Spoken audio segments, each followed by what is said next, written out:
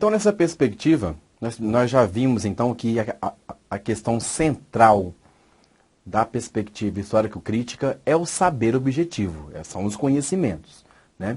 E como esses conhecimentos são transformados, elaborados pela escola para serem mediados para os alunos mais pobres. É essa a perspectiva da pedagogia histórico-crítica, né?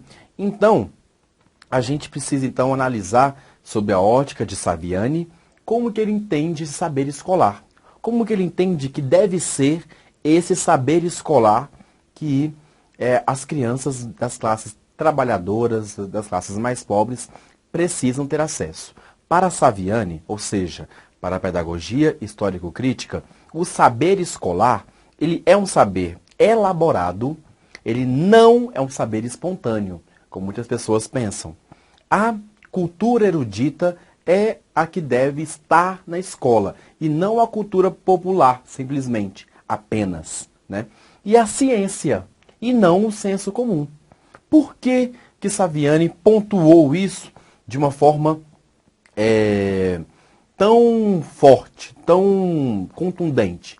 Porque as teorias críticas de esquerda, de cunho marxistas, né, muitas vezes, elas são teorias socialistas, né, de um caráter mais político comunista. Elas trazem aquela perspectiva de que o saber escolar é algo que não precisa ser erudito, porque se for erudito é da classe, é da burguesia, se for da ciência, se for elaborado, não é um saber popular, não é para as pessoas pobres, é um saber, é uma aculturação, como Paulo Freire dizia. Saviani disse que não. Disse que o proletariado, as pessoas, as crianças, os alunos mais pobres, a classe trabalhadora, precisa ter acesso ao saber erudito, ao saber científico e ao saber elaborado. Porque se ela não tiver acesso a esse saber, a esse conhecimento, dessa forma aqui, ela não vai poder ascender socialmente enquanto classe social. Então, não é claro que a cultura popular estar na escola, tem que estar na escola? Com certeza, a escola tem que partir dela, claro, mas não pode ficar apenas nela, apenas nessa cultura, porque não é suficiente. As crianças, os alunos pobres, precisam ter acesso a um saber elaborado, a um saber científico, a um saber erudito, porque o saber erudito, ele não é um saber burguês da classe, né? É um saber que a burguesia, segundo Saviani, nas palavras da pedagogia histórico-crítica, o saber erudito, o saber científico, o erudito, é um saber que a burguesia se apropriou, mas não é dela. É um saber que é da sociedade, é um saber social, é um conhecimento de todos, que foi apropriado, né? Que foi tomado pela burguesia, como se fosse apenas dela. E a classe pobre não teve acesso a ele. Mas não é, segundo Saviani, um saber que a burguesia criou. É um saber que a burguesia se apropriou. É diferente. Então, para Saviani, é fundamental que o saber erudito, científico, seja dominado pela classe mais pobre. Essa é bem provável. Nós não temos muitas questões. Nós temos poucas questões de prova, de concurso, que abordam essa teoria, porque nos últimos concursos não tem caído de forma explícita a pedagogia histórico-crítica, muito raro, né? Quase não tem concurso que cai, então a gente tem pouquíssimas questões de prova que abordem diretamente a pedagogia histórico-crítica. Traz, né, as concepções pedagógicas na história, educação brasileira, mas não é nada específico. Mas eu acredito que nesse concurso, é bem provável, nesses próximos concursos que caem essa pedagogia histórico-crítica, é bem provável que nós tenhamos algo nesse sentido. Porque é uma questão que causa muita confusão nas pessoas, naquilo que é crítico, naquilo que é erudito. Né? Se é crítico, eu não posso usar o saber erudito. Se é crítico, se é social, se é comunista, se é de esquerda, se é socialista, então tem que se usar o popular apenas. Não se pode avançar em relação ao erudito. Então eu acredito que esse ponto aqui é um ponto que precisa ter muita atenção, tendo em vista que o saber, conhecimento, é o ponto-chave da teoria histórico-crítica. O saber apropriado pelo proletariado. Esse é o ponto-chave. O que Saviani defende na sua teoria o tempo inteiro é isso, que a classe pobre tem que ter acesso ao saber, ao conhecimento. E só com acesso a esse conhecimento ela pode ascender como classe social. É nesse sentido. E que esse conhecimento não ele traz até o que Gramsci, né, falou, que Gramsci, que é um dos teóricos que o Saviani embasa para a pedagogia histórico-crítica, diz que essa cultura erudita que nós temos estereotipada, isso não é cultura, é pedantismo, né? Isso que Gramsci falou. Cultura é outra coisa. E cultura é de todos, não da classe dominante. A classe dominante se apropriou dela. E nesse sentido, Saviani, na pedagogia histórico-crítica, coloca o que a pedagogia histórico-crítica entende como currículo, né?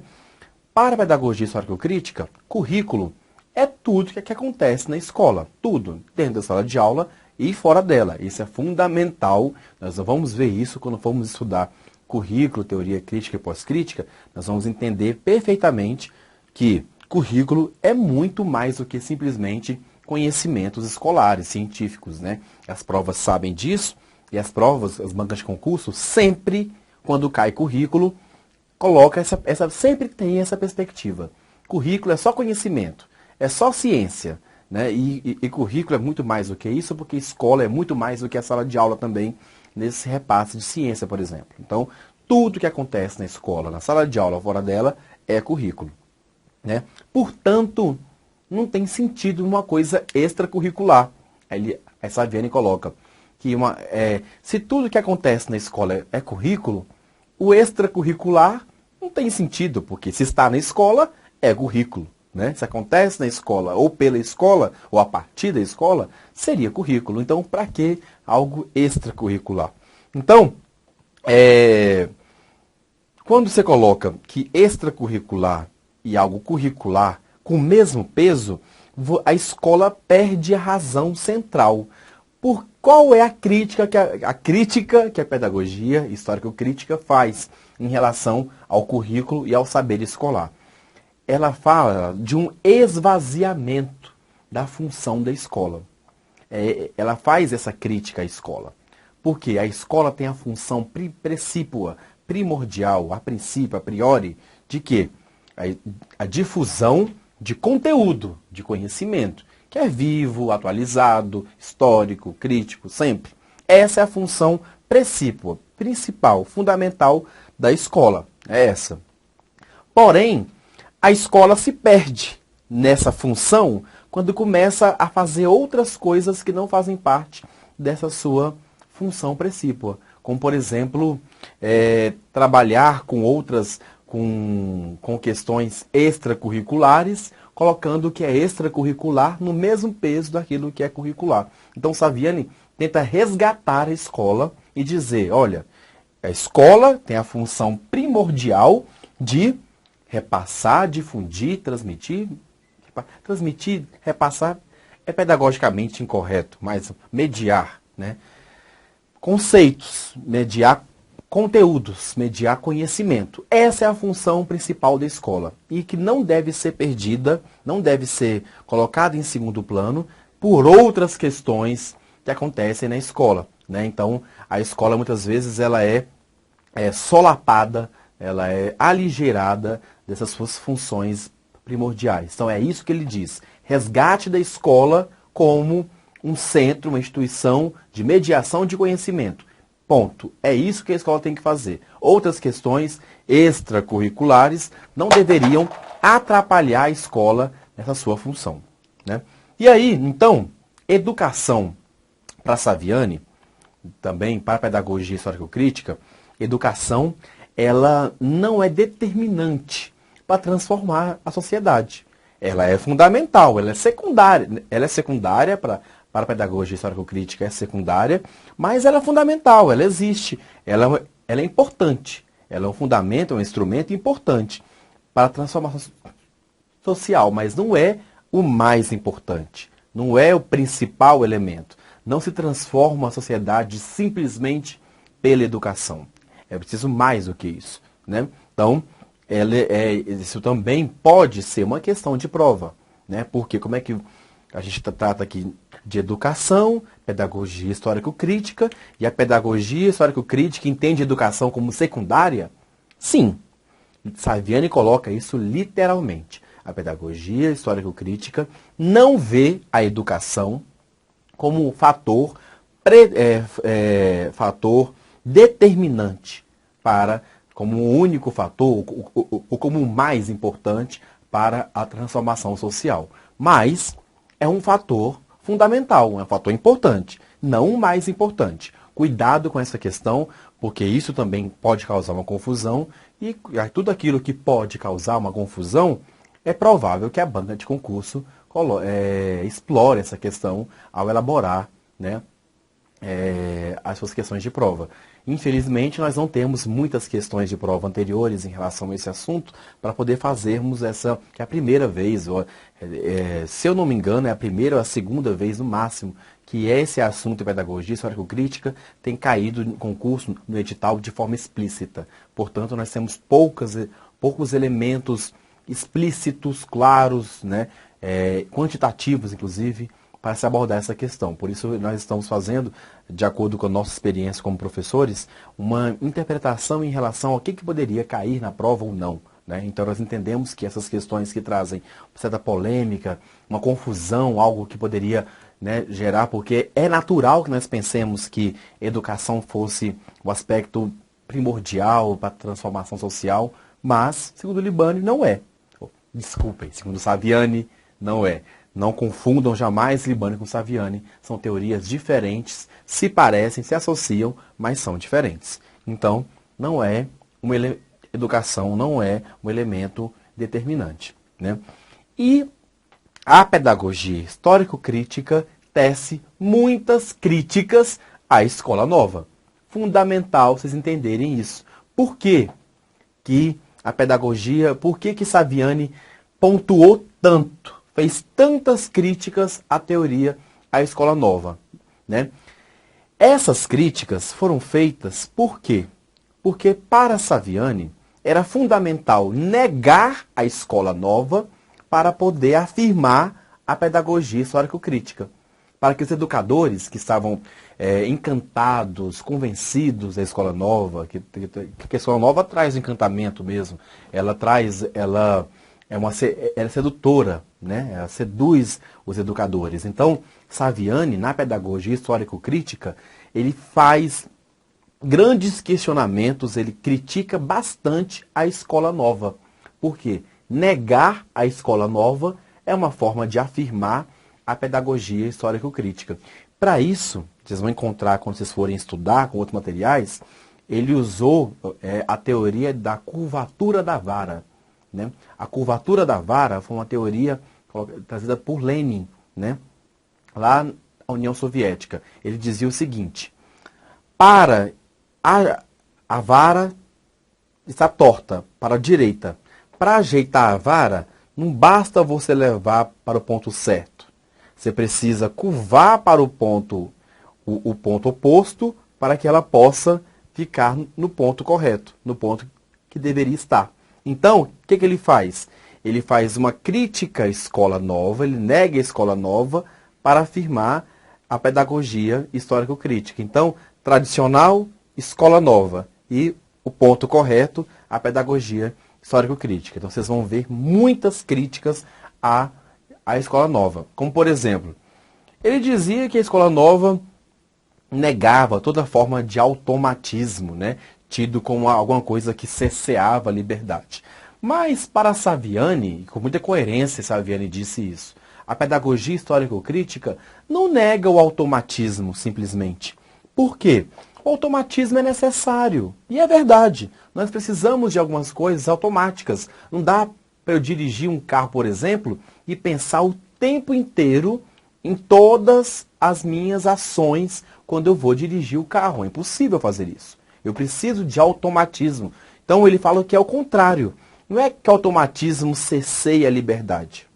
Para Saviani, o automatismo é fundamental para que eu possa exercer a liberdade. Porque quando fica automático, aí eu posso pensar em outras coisas, porque o básico já está automático, né? Como, por exemplo, a alfabetização. Ora, eu preciso que fique automático, que a alfabetização se torne automática, que eu possa ler as palavras sem precisar pensar o tempo todo sobre cada letra, cada sílaba, para que eu possa criar textos, por exemplo. Então, eu preciso do automatismo, eu preciso que aquilo esteja automático, né, para que eu possa ir adiante. Então, o automatismo não cerceia a liberdade.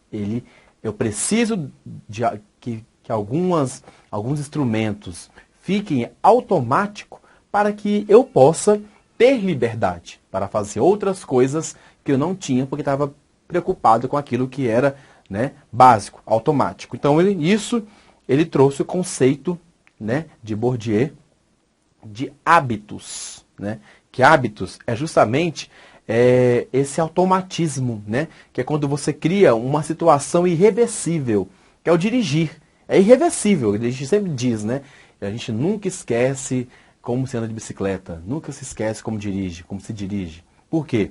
É irreversível pela persistência, pela fixação, pela repetição. Aquilo que era automático fica irreversível, fica dentro de mim. Eu não tenho mais como tirar. Aprendi a andar de bicicleta, então encerrou. Sempre vou andar de bicicleta, em qualquer perspectiva eu vou aprender a dar. Isso que ele chamou de hábitos. É uma situação que é irreversível, porque pela fixação, aquilo se fixou em mim como uma segunda natureza. É uma segunda natureza incorporada. Não é natural porque eu não nasci sabendo andar de bicicleta, né? Eu aprendi. Mas aprendi de tal forma, foi fixada, de tal forma que é como se fosse natural, né? Então, é uma segunda natureza incorporada, né? Como, por exemplo, a alfabetização. A alfabetização parece que é natural. Hoje, adulto, eu nem lembro mais como que eu aprendi a me alfabetizar. Parece que eu nasci sabendo ler. Por quê? Porque esse automatismo que a escola nova questionava, colocava de lado, dizia que era ruim, para Saviani e para a pedagogia histórico-crítica, né, esse automatismo é fundamental, porque é um hábitos, é uma segunda natureza que eu crio, que eu construo e que a partir dela eu posso não me preocupar mais com essas questões automáticas, já posso pensar em outras coisas. O automatismo, então, me leva à liberdade de criar outras coisas, porque o que é automático já está comigo, né? Então, outro aspecto fundamental trazido pela pedagogia histórico-crítica e por Saviani é a relação existente entre competência técnica e compromisso político. Isso é fundamental. Por quê? Porque nas perspectivas mais críticas, geralmente se fazem uma dicotomia entre aquilo que é político e aquilo que é técnico. Ah, se for técnico demais, não é político, né? E Saviani faz dá um outro olhar a isso tudo. Ele diz o seguinte, que ele traz o significado político da competência técnica, né? Ele diz que é no estritamente técnico que o político, aquilo que é político aflora. O que ele quer dizer com isso? Ele quer dizer assim, que a crise atual da educação, ela acontece também, por quê? Porque nas questões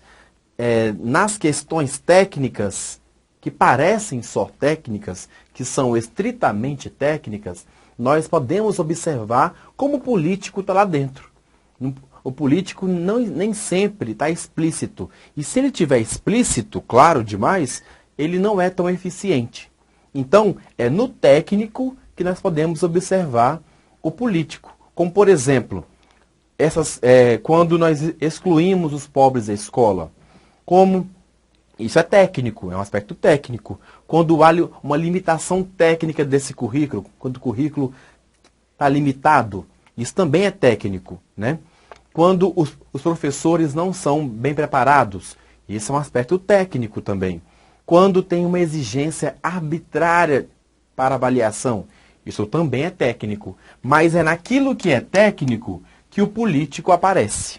O político aflora, aparece naquilo que é estritamente técnico, né? Então, são interesses políticos de esvaziar a educação pública, né? Isso aqui não foi feito à toa, então essa crise para a pedagogia histórico-crítica, essa crise que a educação passa, é uma crise técnica, mas que por trás tem um interesse político de esvaziar a educação. Então, nesse sentido, ele faz uma relação dialética entre o técnico e o político. Uma relação muito bem feita, inclusive, que poucos autores fazem, porque geralmente os autores mais críticos de esquerda dão pouca importância para o técnico, porque o técnico não é político e por isso não é válido. Ele diz não, tem que se dar importância para o técnico, porque é pelo técnico que eu observo o interesse político que está por trás disso, né? Então, nós temos aqui, ele traz no conceito da pedagogia histórico-crítica, coloca que a competência técnica é uma mediação para o compromisso político, né? Então, eu preciso da competência técnica para o político, né? Por quê? Porque supor que os interesses que são políticos se manifestem de forma explícita, clara, seria uma ingenuidade, inclusive, nossa, como educadores. Seria pensar que aquilo que é político apareceria de forma coerente. E isso não é verdade, não aparece de forma coerente, né? Então, é nas entrelinhas, nos interditos, subliminarmente, no técnico que nós vamos ler o político, né? Então, ele diz que, por exemplo, os dominados, a classe pobre, a classe trabalhadora, como é que ela manifesta essas questões políticas? Pelo fracasso escolar, pela rebeldia, passividade, pela agressividade, pela resistência, né? Pela apatia, pelo desafio à proposta curricular, né? Então, ou seja, aquilo que é político para a pedagogia histórico-crítica não aparece de forma clara e coerente, com certeza, né? Você tem que ler isso, tem que ler como é que são as consequências e causas dessas questões nas entrelinhas. Então, é no significado político, técnico, que eu vejo que aparece o político. Nesse sentido, os professores, geralmente, né, como é que se faz essa questão? Se esvazia o professor dos seus instrumentos de trabalho. Quais são os seus principais instrumentos de trabalho? São os conteúdos, que é o saber, né? E o método, que é o saber fazer. Esses dois componentes aqui do processo de ensino são os instrumentos de trabalho que o professor tem. E o professor, então, nesse sentido, vai sendo esvaziado da técnica. Para quê? Porque por trás disso tem o interesse político da classe dominante de não fazer o professor ter uma técnica, porque tendo essa técnica bem estruturada, tendo seus instrumentos bem colocados, isso pode levar a uma emancipação política da classe mais pobre.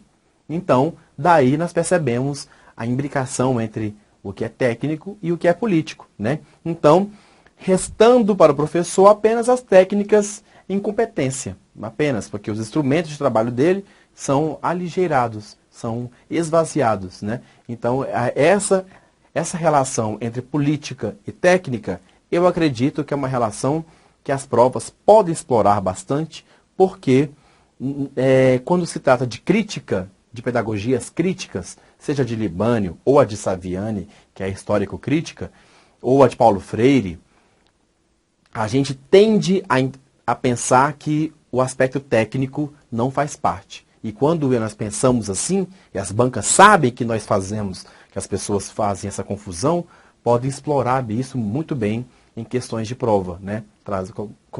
Pondo só o político em evidência, como se o técnico não fizesse a diferença. E o técnico é fundamental para se alcançar o político. Eu preciso do técnico, né, como eu coloquei aqui, né? Eu preciso do técnico como mediação para o político. É fundamental. Sem a técnica, eu tenho só o discurso político vazio. Se não tiver a técnica para que os alunos se apropriem disso de uma forma objetiva e produtiva, eles só vão fazer discussões políticas vazias. Não vai levar isso a nada, a nenhuma ascensão social, a nenhuma mudança na sua história de vida. Então, político e técnico juntos, se atentem bem a isso para as questões de prova.